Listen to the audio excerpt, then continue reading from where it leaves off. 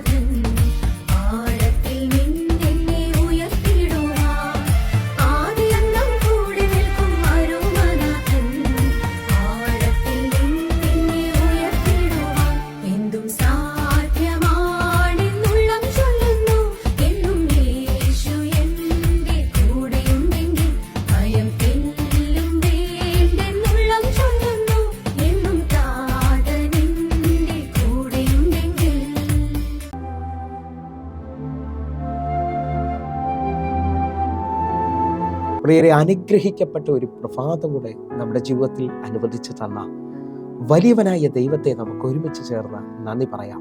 എത്ര പേർ പറയും, ഞാൻ നിന്നതല്ല, എൻ്റെ ദൈവം എന്നെ നിർത്തിയതാണ്.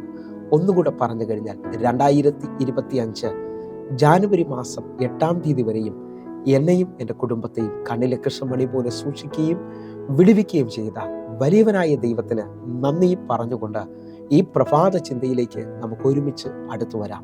മഹത്വത്തിന്റെ രാജാവ് നിങ്ങൾക്ക് വേണ്ടി യുദ്ധം ചെയ്യും. പ്രിയരെ, പ്രാരംഭവാക്യത്തിലേക്ക് 24-ാം സങ്കീർത്തനം അതിന്റെ 8-ാമത്തെ വാക്യം. മഹത്വത്തിന്റെ രാജാവ് ആർ? ബലവാനും വീരനുമായ യഹോവ, യുദ്ധവീരനായ യഹോവ തന്നെ. പ്രിയരെ, ഈ പ്രഭാതത്തിൽ ദൈവത്തിന്റെ വലിപ്പത്തെ നമ്മെ വിളിച്ചു കാണിക്കുകയാണ്. മഹത്വത്തിന്റെ രാജാവ് ആർ? യഹോവ, യുദ്ധവീരനായ യഹോവ തന്നെയാണ്. ഈ പ്രഭാതത്തിൽ ദൈവം നമ്മോട് ഇടപെടുകയാണ്. ദൈവം എനിക്കും നിങ്ങൾക്ക് വേണ്ടി യുദ്ധം ചെയ്യാൻ പോവുകയാണ്. യിരെമ്യാ പ്രവാചകന്റെ പുസ്തകം 1-ാം അധ്യായം അതിന്റെ 19-ാമത്തെ വാക്യത്തിലേക്ക്. അവർ നിന്നോട് യുദ്ധം ചെയ്യും, നിന്നെ ജയിക്കുകയില്ല താനും, നിന്നെ രക്ഷിക്കുവാൻ ഞാൻ നിന്റെ കൂടെയുണ്ട് എന്ന് യഹോവയുടെ അരുൾപ്പാട്. പ്രിയരെ, ഈ പ്രഭാതത്തിൽ ദൈവം നമ്മോട് ഇടപെടുന്ന അനുഗ്രഹിക്കപ്പെട്ട വചനങ്ങൾക്കായി നമുക്ക് ഒരുമിച്ച് ചേർന്ന് ദൈവത്തിന് നന്ദി പറയാം.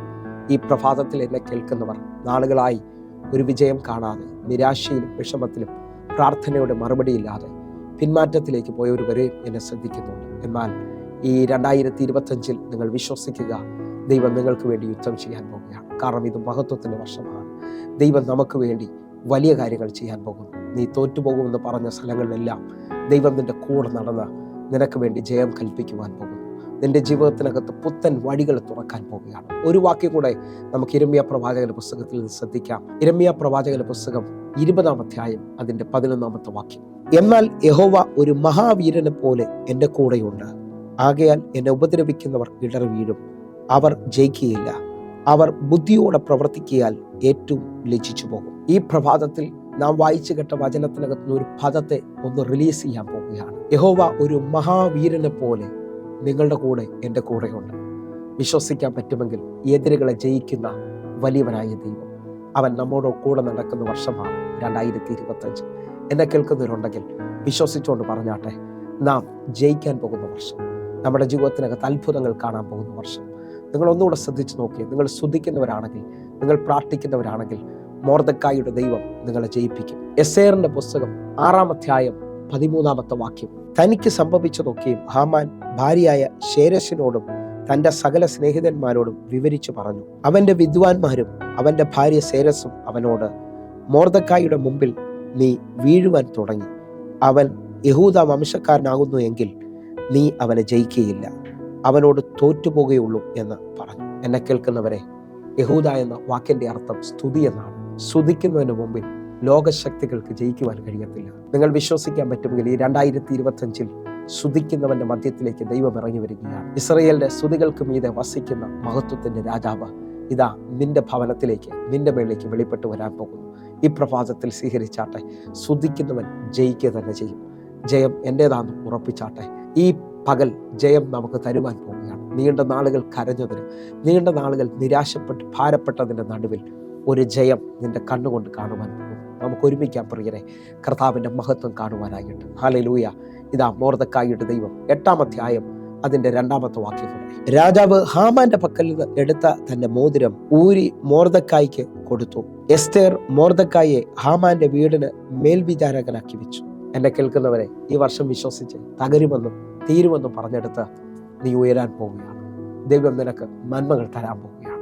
നമുക്കൊരുമിച്ച് 2 വാക്യം കൂടെ വായിച്ചിട്ട് വേഗത്തിൽ പ്രാർത്ഥിക്കാം. 1 യോഹന്നാൻ 4-ാം അധ്യായം അതിൻ്റെ 4-ാമത്തെ വാക്യം. കുഞ്ഞുങ്ങളെ, നിങ്ങൾ ദൈവത്തിൽ നിന്നുള്ളവർ ആകുന്നു, അവരെ ജയിച്ചുമിരിക്കുന്നു. ലോകത്തിൽ ഉള്ളവനേക്കാൾ വലിയവനല്ലോ. നാം ദൈവത്തിൽ നിന്നുള്ളവരാണെങ്കിൽ അവരെ ജയിച്ചിരിക്കുന്നതാണ് വചനം വ്യക്തമായി വിളിച്ചു പറയുന്നത്. വിരോധങ്ങളെ ജയിക്കുവാൻ, ഈ വർഷം വലിയ നന്മകളെ കാണുവാൻ ദൈവം എന്നെ നിങ്ങളെ വിളിച്ചിരിക്കുകയാണ്. കാരണം എന്നിലും നിങ്ങളുള്ളവൻ ലോകത്തിൽ ഉള്ളവനേക്കാൾ വലിയവനാകും. ഒരു വാക്യം കൂടെ, 1 കൊരിന്ത്യർ 15-ാം അധ്യായം 57-ാമത്തെ വാക്യം. നമ്മുടെ കർത്താവായ യേശു ക്രിസ്തു മുഖാന്തരം നമുക്ക് ജയം നൽകുന്ന ദൈവത്തിന് സ്തോത്രം. വിശ്വസിക്കാൻ പറ്റുമെങ്കിൽ യേശു ക്രിസ്തു മുഖാന്തരം എല്ലായിടത്തും എല്ലായ്പ്പോഴും ജയമുണ്ട്. വിശ്വസിച്ചാട്ടെ. ഇത് മഹത്വം കാണുന്ന വർഷമാണ്. ദൈവം നമുക്ക് വേണ്ടി യുദ്ധം ചെയ്യുന്ന വർഷം. വിശ്വസിച്ച് ഈ വർഷം ജയം അനുഭവിക്കും. എങ്കിൽ ഒരുമിച്ച് പ്രാർത്ഥിക്കാം. ഞങ്ങളെ സ്നേഹിക്കുന്ന ഞങ്ങളുടെ നല്ല ദൈവമേ, പൂർണ്ണ ഹൃദയത്തോടെ എന്നെ കാണുന്ന, എന്നെ കേൾക്കുന്ന ഓരോ മക്കൾക്കുമായി പ്രാർത്ഥിക്കുന്നു. ഇവർ അത്ഭുതങ്ങളെ കാണട്ടെ, ദൈവപ്രവർത്തികൾ കാണട്ടെ. കർത്താവേ, ഇവർ അനുഭവിക്കുന്ന എല്ലാ വിഷമങ്ങളുടെ നടുവിലും ഒരു ജയം, ഒരു വിരുന്ന് ഒരുക്കുന്നതിനായി സ്തോത്രം. കർത്താവിന്റെ ചെയ്തതിനായി നന്ദി. ആമേൻ, ആമേൻ. പ്രിയരെ, പ്രഭാത സന്ദേശം നിങ്ങൾക്ക് അനുഗ്രഹമാകുന്നുവെങ്കിൽ നമ്മുടെ യൂട്യൂബ് ചാനൽ സബ്സ്ക്രൈബ് ചെയ്യും, ഫേസ്ബുക്കിലേക്ക് നിങ്ങൾ ജോയിൻ ചെയ്യുകയും ചെയ്യണമെന്ന് ഓർപ്പിക്കുന്നു. അതേപോലെ എല്ലാ ദിവസവും വൈകിട്ട് ഇന്ത്യൻ സമയം 6 മണിക്ക് നമുക്ക് സൂമിൽ ആരാധനയുണ്ട്. നിങ്ങൾ കടന്നു വരണമെന്ന് ഓർപ്പിക്കുന്നു. വേഗത്തിൽ തന്നെ ഈ താഴെ കാണുന്ന നമ്പറുകളിൽ നിങ്ങൾ വിളിക്കാൻ കഴിയുന്നതാണ്. അതേപോലെ വാട്സാപ്പ് നമ്പർ കൊടുത്തിരിക്കുന്നു. നിങ്ങൾക്ക് വാട്സാപ്പ് മെസ്സേജ് അയച്ച് സൂം ഐഡിയും നിങ്ങളുടെ പ്രാർത്ഥനാ വിഷയങ്ങളും അറിയിക്കാൻ കഴിയും. കർത്താവ് നിങ്ങളെ അധികത്തിൽ മാനിക്കട്ടെ. God bless you. ആമേൻ.